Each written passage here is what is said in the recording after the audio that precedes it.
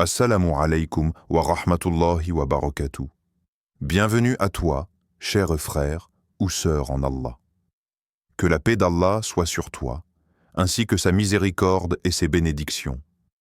Si tu es ici, c'est que tu cherches à renforcer ta foi, à apprendre et à te rapprocher de celui qui a créé les cieux et la terre. Alors je t'invite, par Allah, à t'abonner à cette chaîne d'enseignement islamique afin que tu ne rates aucun rappel, aucune lumière, aucun message qui peut changer ta vie et t'ouvrir les portes de l'au-delà.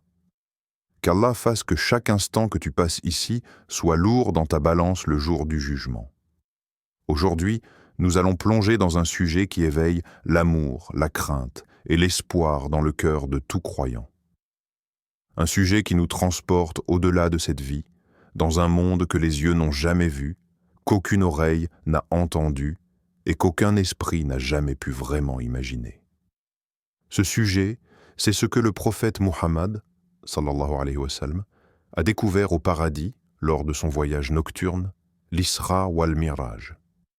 Ce voyage est unique dans toute l'histoire humaine. Aucun homme n'a jamais été élevé aussi haut, aussi près du Créateur, aussi proche de la vérité absolue. C'est durant cette nuit bénie que le prophète a vu ce que les autres ne peuvent qu'espérer voir. Il ne s'agit pas ici de simple vision spirituelle. Il s'agit d'un voyage réel, par corps et par âme, dans les sphères célestes, guidé par Jibril, l'ange Gabriel, jusqu'à ce que même l'ange n'ait plus le droit d'avancer et que seul Muhammad, sallallahu alayhi wa sallam, ait été autorisé à continuer. Le voyage commence à la mosquée Al-Haram à la Mecque, puis le prophète est transporté miraculeusement jusqu'à Al-Aqsa, à Jérusalem, où il dirige la prière avec tous les prophètes d'Allah derrière lui. Ce moment montre que Muhammad est le sceau des prophètes, le guide de l'humanité. Après cela, débute l'ascension dans les cieux. Dans chaque ciel, le prophète rencontre des prophètes anciens, Adam, Yahya et Issa, Youssouf, Idris, Haroun, Moussa, et enfin Ibrahim. Chacun le salue, l'accueille et reconnaît son rang élevé. Mais ce n'est qu'en continuant plus haut que les merveilles célestes commencent à se dévoiler. Le prophète voit des scènes du paradis, des fleuves de miel pur, des rivières de lait, des palais de lumière. Il entend les chants des oiseaux du paradis, il voit les Hour al-Ain, les femmes célestes promises aux pieux, il sent les parfums qui surpassent tout ce que ce monde peut offrir. Ce qu'il découvre ne ressemble à rien d'humain.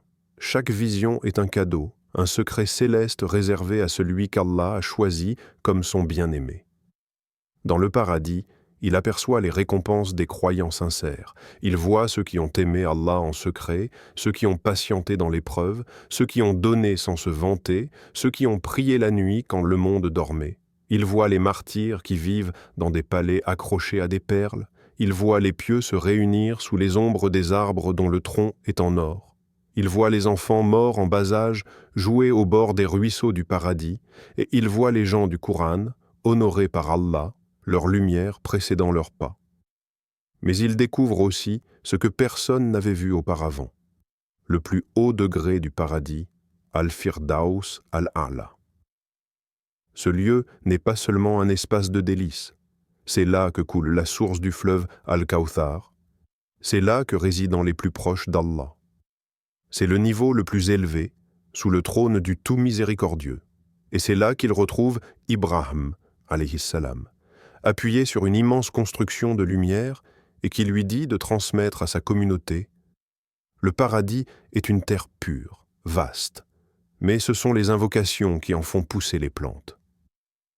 Le prophète découvre ainsi que chaque bonne parole, chaque dhikr, chaque subhanallah, alhamdulillah, Allahu akbar, est une semence dans le paradis.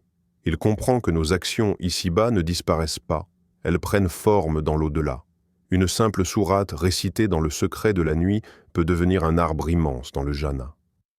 Un sourire sincère, une aumône cachée, une larme de repentance, tout est enregistré, conservé, et transformé en bienfaits éternels.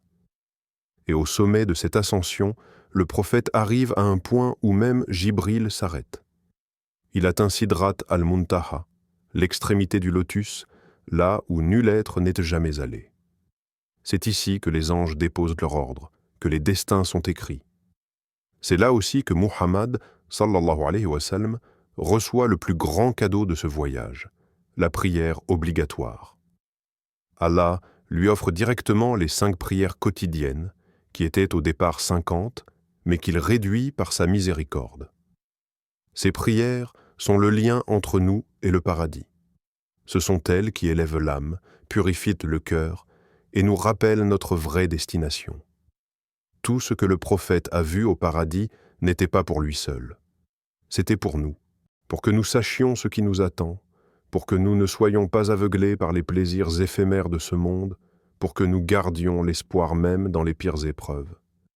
Il a vu ces merveilles pour que toi et moi sachions que tout sacrifice pour Allah vaut la peine, que chaque pas vers lui est récompensé.